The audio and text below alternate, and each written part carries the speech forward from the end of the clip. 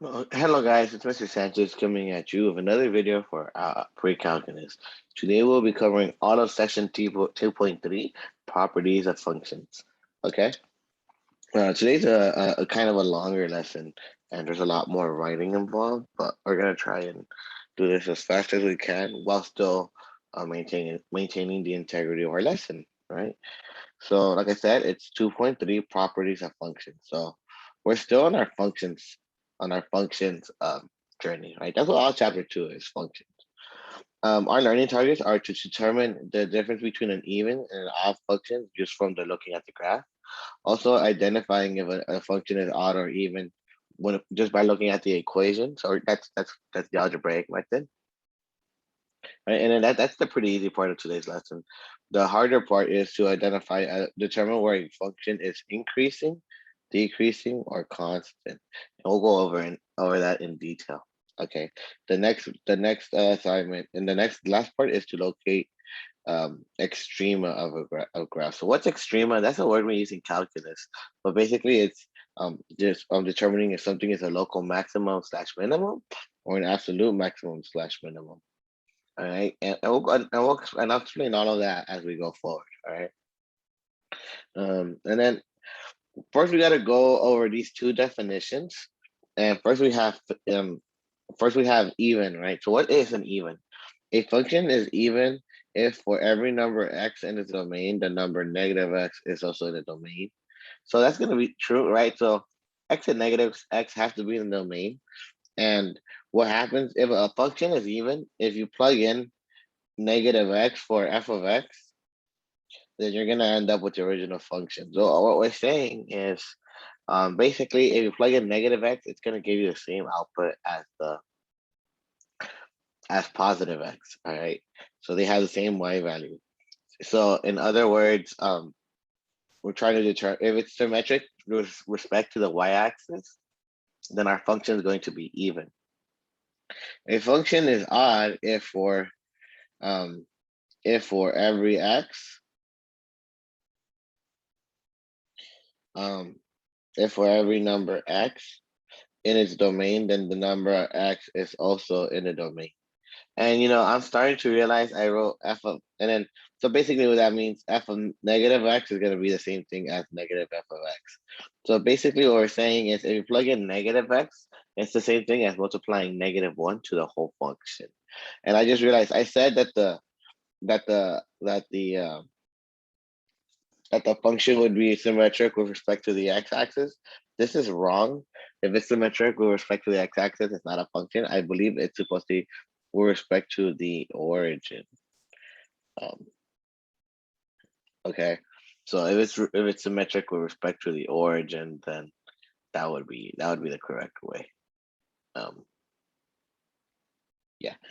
Okay, and those are two definitions, right? So we're gonna go over what that means. Okay, so visually, right here it says determine whether a graph is the graph of an even function, an odd function, or a function that is neither. Okay, so let's look at this first graph. You're gonna notice it's symmetric with respect to the y-axis, right? So this is our y-axis, and if you were to fold this up, you know that this part will land here, this part will land here, like so. It is symmetric. So because it is symmetric with respect to the y-axis, that means this function is even. Okay, so this function is an even function, and most of the time if it's a parabola or a an even power, the function usually turns out even, but not always. So just keep that in mind. So because it's symmetric, that's why it is. With respect to y-axis, that's why it's a even function. If you look here, this graph has no symmetry. So we'll write no symmetry, and you should be able to look at it because no matter how you fold this, um, And I'm gonna do these three dots. These dots means therefore. Therefore, neither even nor odd, right? When we have no symmetry, that means that the function is not an even function or an odd function. It's just a function, okay? And then if you look at this one is gonna this graph is gonna be respective or reflective with respect to the origin, right? So it is symmetric, right? Symmetric with respect to the origin, right? So therefore, this is an odd function. You guys see how that happens? So that's the most general version of looking at it, you know. So because this is x comma f of x, right? This is going to be negative x comma negative f of x. Okay. All right, and so that's the simple part. All right. Now let's do this algebraically. All right. We're going to algebraically determine if the following functions are even or odd. Remember, if it's even has the following: f of negative x is equal to f of x. So if you plug it in, you should get the original. And then odd has f of negative x equal to negative f of x. So that's what we gotta keep in mind. So all we gotta do is plug in that negative f of x and see what happens. Right, so we're gonna do f of negative x.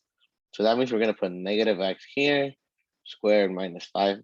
Because it's negative x times negative x, then we know that this negative f of negative x, this is gonna become positive x squared minus 5, which is the original, right?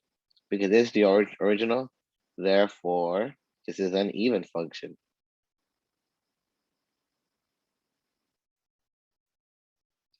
All right. Now let's try B, right? B, it says f of negative x. All right, so we're gonna plug in negative x. Oops, this is a g. So we're gonna try what happens if we do negative x right here, right? That's going to give us negative x cubed minus 1. Because this is an odd power, the negative stays on the outside. You're gonna get negative x cubed minus 1. This is neither, so g of negative x, this is not the original function. And it's not the original function as if you change the sign. So in order for this to be odd, this would have to become minus plus. So because it's not minus plus, this is neither even nor odd, okay? And then for C, we're gonna see if it's even or odd, okay? So let's see. H of negative x, we're gonna try that out and you're gonna get 5 negative x cubed minus negative x. One thing you're going to notice, this is odd, so this is going to become negative 5x cubed. And because it's negative times positive, it's plus x, right? So this is h of negative x. And that's actually the same thing as if you did negative h of x, because negative h of x is going to be multiplying negative 1 to the whole thing here. And you're going to see negative h of x equals negative 5x squared cubed plus x. Therefore, this is an odd function. Okay, and that's the basics of determining whether it's even or odd. So if it's an odd function, it's like when you plug in negative x, it's like you change the signs of everything in the function.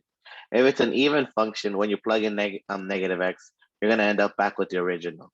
If you end up getting a mix, then it's neither even or odd, okay? All right, so let's go on to the next part. And the next part is more graphical stuff, so it's gonna be a little bit more fun, okay? Um, first things first. All right, we gotta go over these. A function is increasing in this interval right here from A to B, right? Increasing between A to B. When it's going up, so we read going from left to right. This is increasing right here because it's going up, up, right? It's going up when left, when reading from left to right, right? So it's increasing.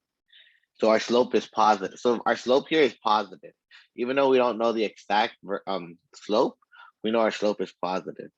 If the graph is going down, then this is going to be called decreasing when our slope is negative. So when we're going downward. If that's what and we read it from left to right. And that's how you normally read. And that's how you read our maps and graphs. So it's decreasing. You see how this is going down? Just like over here, we're going up. Okay. And then we say that a graph is constant. This is a constant. This is when the graph is constant. And we know it's constant because there's no change in X or Y, a change in Y. You see how it's a flat line? Flat lines means that our slope is constant, 0, right? And if your slope is 0, then your graph is neither increasing nor decreasing, it's just flat. All right. All right. Oh, and I have that already written there. So I don't know why I rewrote that. Okay. And then usually you're gonna say increasing from A to B. So if this is 4 and this is 5, then you would say X is increasing, right? Between 4 and 5. Right? And then similarly, or you can use interval notation and you'll include the numbers like, from A to B, it's increasing. Or it's decreasing, or it's constant. Okay. Next, we got to go over a couple of things. All right. We got to go over local max and local min. All right. So a local max, it's the highest point in a certain area, right? So if you look at this graph, you're going to notice that this graph is going down forever and ever, and it's going up forever and ever. So technically, there is no highest point or the smallest point, right? Because the graphs are going to keep going forever and ever.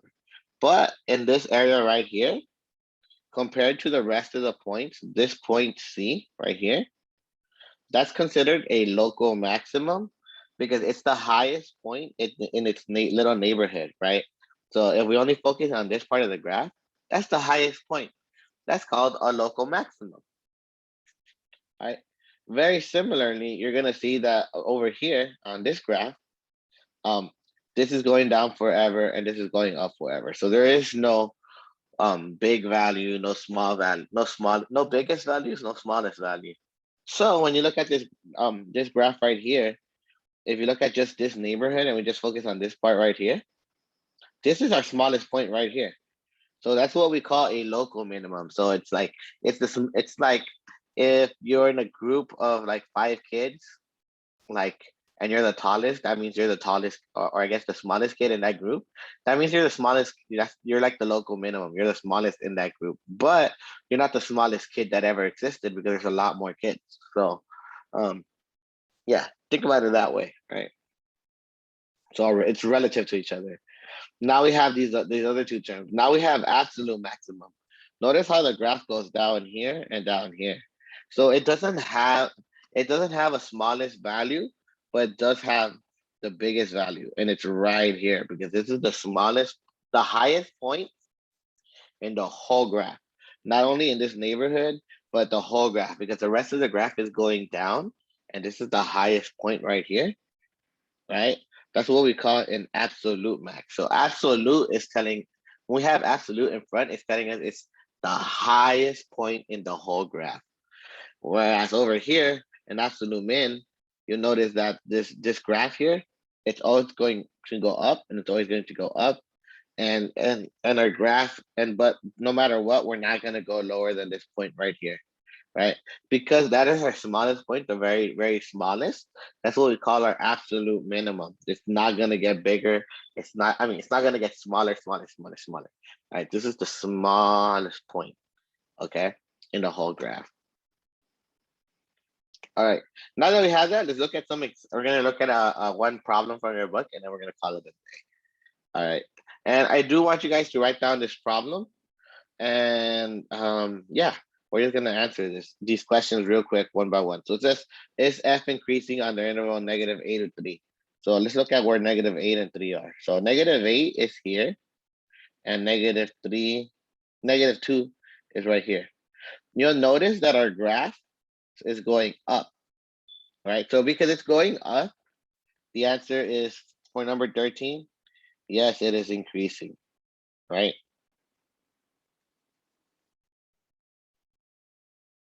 You'll write that down, okay? Because our slope is going up. And then it says, once again, it's a decreasing from -8 to 4. So if it's increasing from -8 to -2, then you can automatically say for number 14, no. Because it's increasing. How can it automatically go slower? Um, right? Because this is included here. So it's not gonna decrease. All right, so number 15 is the interval -2 to 6 increasing. So from -2 to 6, 6 is right here. So you're gonna notice it's gonna go down, then it's gonna go back up, then back down. So the answer is no. No. It's neither increasing nor decreasing. It's doing both. So we're just gonna say no, it's not. For number 16, it's going to say, and I'll write number 16 here. Is f decreasing from 2 to 5? So from 2 to 5. Oh, you know what? Oh yeah, from 2 to 5. From 2 to 5, it's saying it's a decreasing. So where's 2? +2 is right here, and +5 is right here. Notice how our graph is going down. So for 16, yes, it is decreasing. All right. And you don't have to write these things on the graph. I'm just showing you just to make a little bit more sense and clarify things. Okay. Let's try number 17. List intervals in which it's increasing. So we have the first interval from here to here. So for the first part, it's from -8 to -2 union, right? So we're increasing from we are increasing from here to here, right? That's increasing, but we're also increasing from here to here, which is from 0 to 2. And then we're also increasing from 5 to 7. Okay. What else do we need to cover on this one? Let's go ahead to number 18. No, that number 18 says, that's the intervals when it's decreasing. So it's decreasing from here to here. That's where it's going down. So -10 to -8. Union 2 to 0. -2 to 0. Right? Union 2 to 5. Because that's where we're going down.